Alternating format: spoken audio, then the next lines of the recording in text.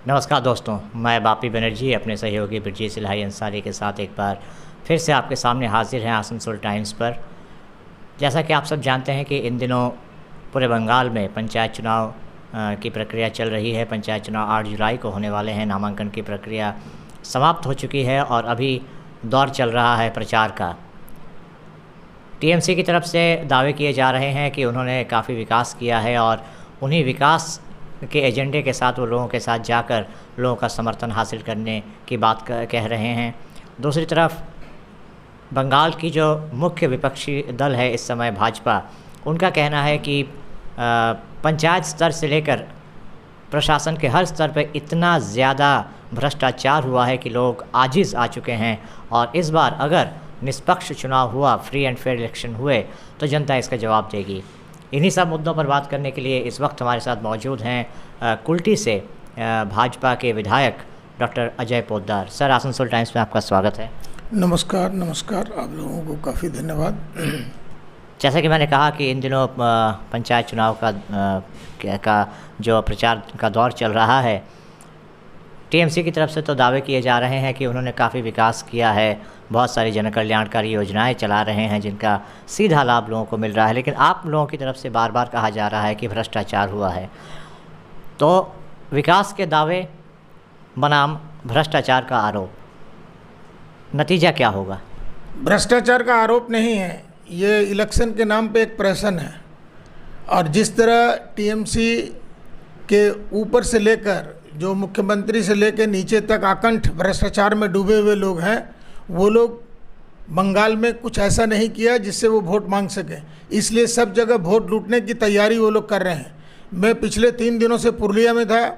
पुरुलिया में प्रशासन की बैठक में उन लोगों ने डुप्लीकेट बैलेट पेपर छपाने की बात की, जिसका विरोध एडीएम ने किया। एडीएम का तत्काल प्रभाव से वहाँ से तबादला कर दिया गया। इलेक्शन कोड ऑफ कंडक्ट में आप किसी भी पदाधिकारी का तबादला नहीं कर सकते हैं।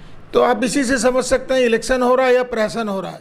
हर क्षेत्र में, पूरे पश्चिम बंगाल में हर जगह मार धाड़। नॉमिनेशन के समय में भी इन लोगों ने काफ़ी जगह नॉमिनेशन करने नहीं दिया है और वही हाल इन लोगों ने इलेक्शन के समय भी करेंगे। सेंट्रल फोर्स जितनी रिक्वायरमेंट थी, उस रिक्वायरमेंट को अभी तक इन्होंने पूरा नहीं किया है। गृह मंत्रालय की तरफ से ये मांगा जा रहा है कि आपने क्या डिप्लॉयमेंट किया, उसकी पूरी रिपोर्ट भेजी जाए। अभी तक वो रिपोर्ट भी नहीं भेजी गई है। आपने केंद्रीय सुरक्षा बलों की बात की, तैनाती की बात की। बार बार आप लोगों की तरफ से ये कहा जा रहा है कि चूँकि एक दिन में ये चुनाव होने वाले हैं, मतदान होने वाला है, इसलिए जितनी सुरक्षा बल आई है वो पर्याप्त नहीं है। तो ये बात भी सुनने में आ रही थी कि जो सेंसिटिव इलाके हैं वहाँ पे क्या चरणबद्ध तरीके से चुनाव करवाए जाएं। तो भाजपा की तरफ से क्या मांग है आप लोगों की? इलेक्शन अगर मैंने चरणबद्ध तरीकों में करवाया जाए तो सेंट्रल फोर्स का डिप्लॉयमेंट प्रॉपरली हो सकेगा। प्रत्येक बूथ पे सेंट्रल फोर्स की ज़रूरत है। काउंटिंग जहाँ पर होती है वहाँ पूर्ण रूप से केंद्रीय सुरक्षा बल, और काउंटिंग के बाद 2 दिन का समय बचता है, तो जहाँ पर बैलेट बॉक्स रखे जाएंगे वहाँ पर पूर्ण सुरक्षा की ज़रूरत है, क्योंकि सरकार के जितने पदाधिकारी हैं वो लोग दल दास की तरह काम कर रहे हैं, वो लोग टीएमसी के कैडर की तरह काम कर रहे हैं, वो लोग प्रशासन का काम नहीं कर रहे हैं। आपने कहा कि प्रशासन के एक तरह से गुलामी कर रहे हैं प्रशासन के लोग सत्ता पक्ष की, लेकिन अगर सत्ता पक्ष की बात पे गौर करें तो उनका ये कहना है कि आप लोगों के पास, भाजपा के पास, मेनली भाजपा के पास जनाधार नहीं है, आपके पास एजेंट देने के लिए लोग नहीं हैं, प्रत्याशी बनने के लोग नहीं हैं, और आप लोग इस तरह का निराधार आरोप लगा रहे हैं। ये तो मैंने पहले ही कहा कि ये प्रहसन है। ये जिस तरह से बंगाल में आप लोग भी देख रहे हैं, आप चतुर्थ स्तंभ हैं देश के और राजनीति के, तो आप लोग हम लोगों से बेहतर जानते हैं कि पश्चिम बंगाल के हालात क्या हैं। पश्चिम बंगाल जिस बुरे दौर से गुजर रहा है, अगर यहाँ फेयर इलेक्शन हो तो Bharatiya Janata party 1 number party के रूप में उभर कर आएगी। कल अभिषेक बनर्जी आए थे पश्चिम बर्धमान ज़िले के दौरे पर। बाराबंकी में उन्होंने रोड शो किया और उनका एक बयान काफ़ी सुर्खियां बटोर रहा है, जो उन्होंने आसनसोल के पूर्व मेयर जितेंद्र तिवारी के बारे में कहा। उन्होंने उनको इस ज़िले का सबसे बड़ा भ्रष्टाचारी करार दिया। हालांकि जितेंद्र तिवारी ने भी इसका पलटवार किया है, लेकिन कैसे देख रहे हैं आप इन आरोपों को? और जितेंद्र तिवारी पर पर्टिकुलरली इस तरह से आरोप लगाने के पीछे उनकी क्या मंशा हो सकती है? उनकी मंशा तो वो जाने जो खुद भ्रष्टाचार के आकंठ में डूबे हुए हैं। वो अगर किसी पर भ्रष्टाचार का आरोप लगाते हैं तो ये कितना सत्य हो सकता है आप खुद ही समझ सकते हैं। अब बात करते हैं 8 जुलाई के मतदान की। आपको क्या लगता है कि केंद्रीय सुरक्षा बलों की तैनाती और आप लोग जिस तरह से आप लोग लगे हुए हैं, क्या अब भी आपको लगता है कि फ्री एंड फेयर इलेक्शन नहीं होगा?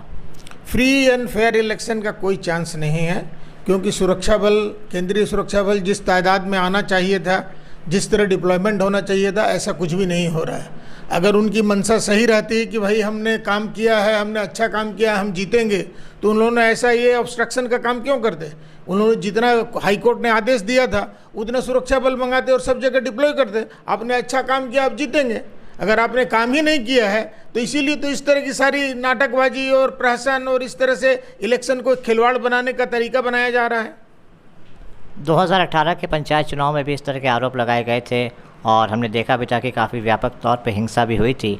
और उसके बाद जो अगले साल जो लोकसभा के चुनाव हुए थे उसमें भाजपा को एक ऐतिहासिक सफलता हासिल हुई थी यहाँ पे बंगाल में। तो जैसा कि आप लोग कह रहे हैं कि आप लोगों का अंदेशा है कि इस बार भी पंचायत चुनाव फ्री फेयर नहीं होगा, तो क्या आपको लगता है कि अगले साल जो लोकसभा के चुनाव होने वाले हैं इसका सीधा असर उन चुनाव के नतीजों पर पड़ेगा? जनता को अगर वोट देने से आप वंचित करेंगे, उनका जीता हुआ कैंडिडेट को अगर छीन लेंगे, तो जनता इसका जवाब बिल्कुल लोकसभा इलेक्शन में देगी। ये पहली बार बंगाल में पंचायत इलेक्शन जब से शुरू हुआ है, ये पहली बार है कि ऑल पार्टी मीटिंग के बिना आपने इलेक्शन की डेट घोषित कर दी। बंगाल का हर प्रदेश में ये नियम होता है, ऑल पार्टी मीटिंग के बाद एक डेट डिसाइड होती है, उसके बाद इलेक्शन होता है। 77-78 के बाद से ये पहली बार है कि जिसमें ऑल पार्टी मीटिंग के बिना इलेक्शन की डेट अनाउंस की गई है। आप एक जगह के विधायक हैं और एक कद्दावर नेता हैं, तो इन परिस्थितियों में आप लोग बार बार आरोप लगाते हैं कि भाजपा के कार्यकर्ताओं पे हमले हो रहे हैं और फ्री फेयर इलेक्शन भी नहीं होगा, ऐसा अंदेशा आप लोगों को है। तो एक वरिष्ठ भाजपा नेता होने के नाते आप अपने कार्यकर्ताओं को क्या संदेश देना चाहेंगे? संदेश, हम लोग उनके साथ हर समय खड़े हैं।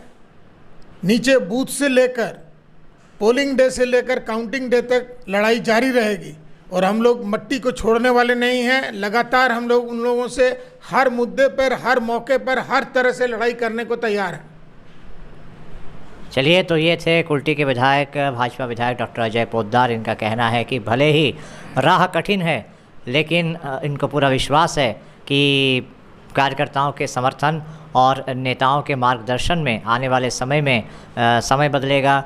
और आज भले ही पंचायत चुनाव में पुलिस प्रशासन और चुनाव आयोग को साथ लेकर टीएमसी इस चुनाव को एक मखौल में परिवर्तित कर दे, लेकिन आने वाले समय में जब लोकसभा के चुनाव होंगे और फ्री एंड फेयर इलेक्शन होने का तब एक अवसर मिलेगा, लोगों के पास मतदान करने का अवसर मिलेगा, नतीजे इससे अलग होंगे। सर, आसनसोल टाइम्स से बात करने के लिए बहुत बहुत धन्यवाद। नमस्कार, आप लोगों को बहुत बहुत धन्यवाद और अनेक शुभकामनाएं। तो ये थे डॉक्टर अजय पोद्दार, कुल्टी के विधायक, पंचायत चुनाव पर अपनी बेबाक राय जाहिर कर रहे थे। पंचायत चुनाव को लेकर हम आगे भी आपको ऐसी ही नामचीन शख्सियतों से मुलाकात करवाते रहेंगे। इसके लिए आपको बने रहना होगा आसनसोल टाइम्स के साथ। अभी के लिए धन्यवाद।